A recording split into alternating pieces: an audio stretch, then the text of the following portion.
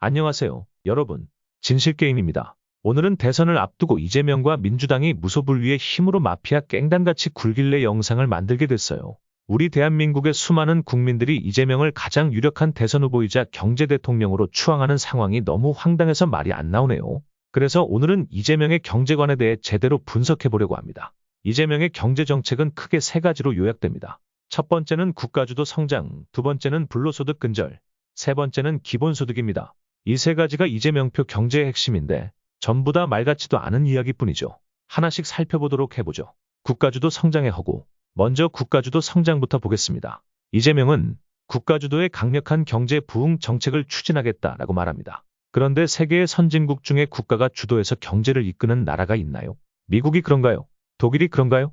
전혀 아니죠. 중국 공산당이 잘 나가는 빅테크 기업을 죽이고 마윈 같은 기업가들 쫓아내고 정신 교육시킨 다음 국유화해버리죠. 어쩌면 이재명은 70년대 우리나라가 힘들었을 때의 새마을운동 같은 것을 상상하는 것 같은데 이건 정말 시대착오적인 옛날 생각 경제관이죠.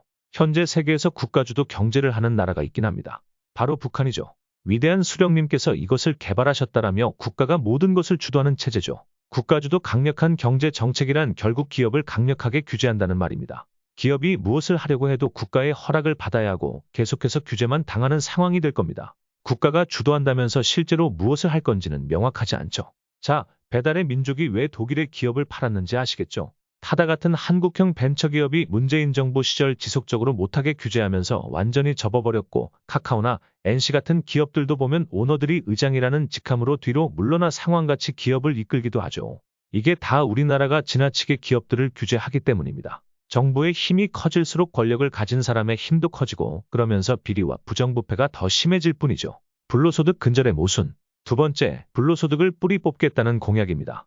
우리나라는 자유시장 경제체제입니다. 그런데 이재명은 불로소득을 완전히 근절하겠다고 강조하죠. 그런데 이 사람의 재산 절반이 주식 투자로 이루어져 있고 10억 원대 주식을 보유하고 있었다는 건 알고 계신가요? 본인이 한 건 투자라고 하면서 다른 사람들이 버는 돈은 불로소득이라고 규정하는 이중성이 보입니다. 완벽한 내로남불이죠. 이런 사람을 지지하는 분들께 묻고 싶습니다. 여러분들의 꿈이 평생 죽을 때까지 노동만 하는 것인가요? 아니겠죠. 모든 사람들의 꿈은 부자가 되고 싶어 하잖아요. 집도 사고 자산을 가지는 것 아닌가요? 그래서 다들 열심히 노력하고 사는 거잖아요. 그런데 왜 이재명이 불로소득을 잡겠다는 공약에 환호하시나요?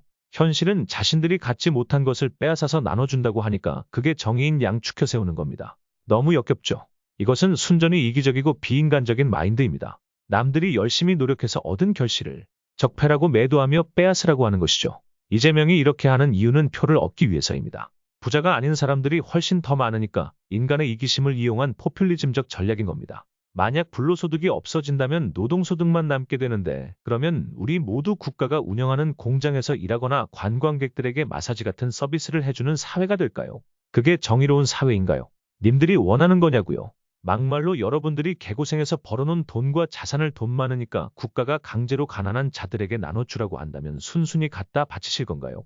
이 악물고 자기 밥그릇 지키려 싸울 거 다 합니다. 저는 서로 빼앗고 정의 구현이라는 이름으로 분열시키는 사회보다 삼성 같은 기업들을 더 많이 키워서 외화도 벌고 하청업체로 내수시장도 발전시키고 일자리도 만들어 국민 모두가 함께 풍요로워지는 나라를 만들고 싶습니다. 이렇게 말하는 대통령이야말로 진정한 경제 대통령이라고 할 수 있지 않을까요? 기본소득의 허상. 세 번째로 기본소득입니다. 이게 바로 100% 진정한 불로소득 아닌가요? 아무것도 안 해도 그냥 국가에서 주는 돈이잖아요. 이재명은 이것을 4차 산업혁명 시대를 대비하는 유일한 경제정책이라고도 하면서 가장 강력한 경제정책이라고 확신한다고 강조했습니다. 이 사람은 그냥 뭐든 있어 보이면 갖다 붙이면 맞는 말인 줄 아나 봅니다. 그러면서 지난 대선 때 차기 정부 임기 내에는 청년에게는 연 200만 원, 그 외 전 국민에게는 1인당 연 100만 원을 지급하겠다고 합니다. 그러니까 청년에게는 매달 16만 6천 원을, 나머지 국민들에게는 매달 8만 3천 원을 주겠다는 겁니다. 이게 뭐야 대체? 왜 국가 세금과 예산을 이렇게 뿌리려고 하냐고요? 베네수엘라가 왜 망했는지 모르시나요? 국민들에게 저런 공약으로 뿌리면서 권력을 유지하다 보니까 나라가 망한 거예요. 그렇다고 매달 8만 원을 받아서 과연 생활이 나아집니까? 그냥 치킨 3번 정도 먹을 수 있는 금액일 뿐이죠. 그런데도 온갖 감동적인 말로 포장하면서 모두가 행복한 세상, 사람을 사람답게, 청년들을 걱정한다고 하는데 이건 그냥 표를 얻기 위한 쇼에 불과합니다. 그리고 이런 정책의 무서운 점은 한 번 시작하면 끝이 없다는 겁니다. 선거철만 되면 금액을 자꾸 올릴 겁니다. 전국민 25만 원 얘기가 그래서 나온 거예요.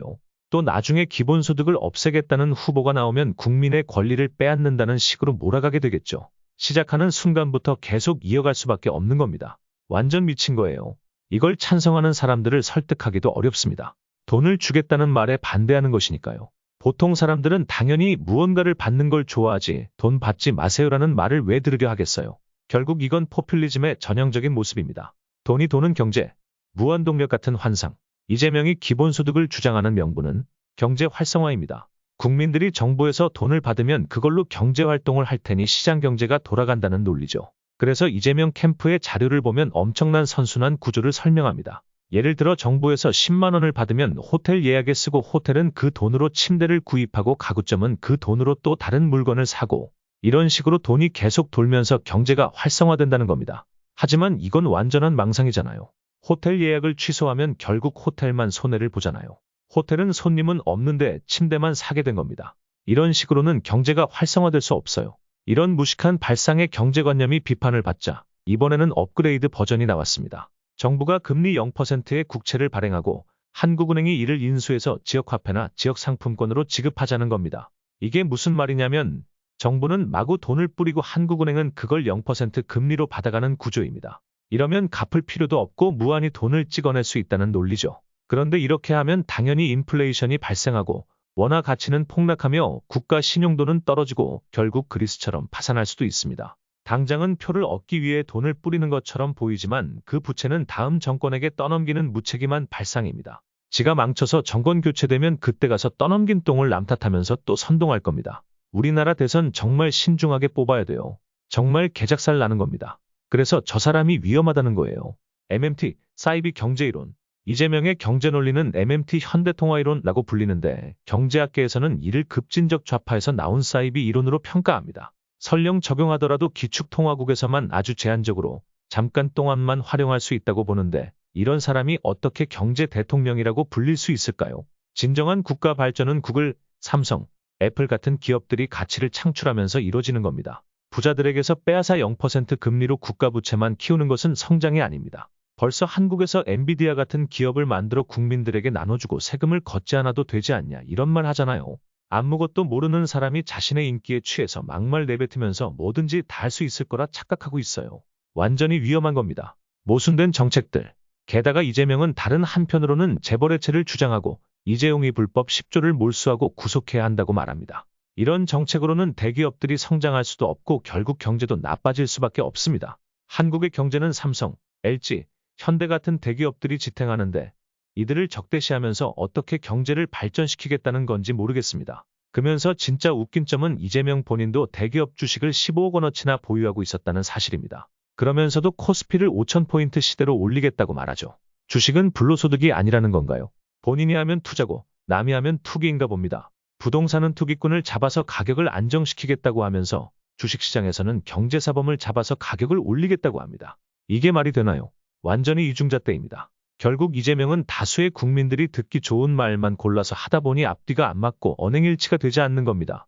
가난한 사람들은 고금리가 불공정하다고 하지만 이는 신용위험 때문이지 불공정해서가 아닙니다. 부자들은 신용이 좋아서 낮은 금리를 적용받는 것이고 신용이 낮은 사람들은 은행이 돈을 못 받을 위험이 커서 높은 금리를 적용받는 겁니다. 당연한 거잖아요. 이런 시장 원리를 무시하고 그냥 막정이라는 이름으로 포장만 하면 결국 금융시장은 완전히 뒤죽박죽이 됩니다. 경제 개념도 전혀 없고 듣기 좋은 말과 정의로운 척하는 포장만 있을 뿐입니다. 그 외에 황당한 정책들. 이재명은 경제 외에도 다양한 황당한 정책들을 내놓고 있습니다. 친중국 반미 외교정책 지향적인 사람이 갑자기 중도보수인 척 하잖아요. 저걸 믿나요? 우리 살면서 다 이런 말 들으며 자라왔잖아요. 사기꾼 조심하라고. 사기꾼은 절대 사기꾼 티 안 내잖아요. 그들의 특징은 먼저 신뢰를 주고 내가 이 사람 믿는다고 생각한 순간 뒤통수 칩니다. 사기꾼의 특징이죠. 그리고 대학교 무료 추첨제 입학제도, 토지 공개념 등을 주장합니다. 전부 공약이 이런 식입니다. 특히 토지 공개념은 토지에서 발생하는 이익을 국민에게 공평하게 나눠주자는 것인데 이 역시 부자들에게서 빼앗아 재분배하자는 발상입니다.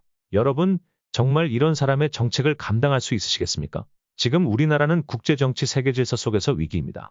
북한은 핵을 보유하고 있고 중국의 과학기술은 이미 우리나라를 앞질렀고 미국은 트럼프의 변수로 어떻게 될지 모르는 상황입니다. 포퓰리즘과 무식한 지도자가 이 나라를 이끌게 된다면 정말 끔찍한 미래가 올 겁니다. 지금 젊은 세대들과 자라나는 순수한 아이들을 보세요.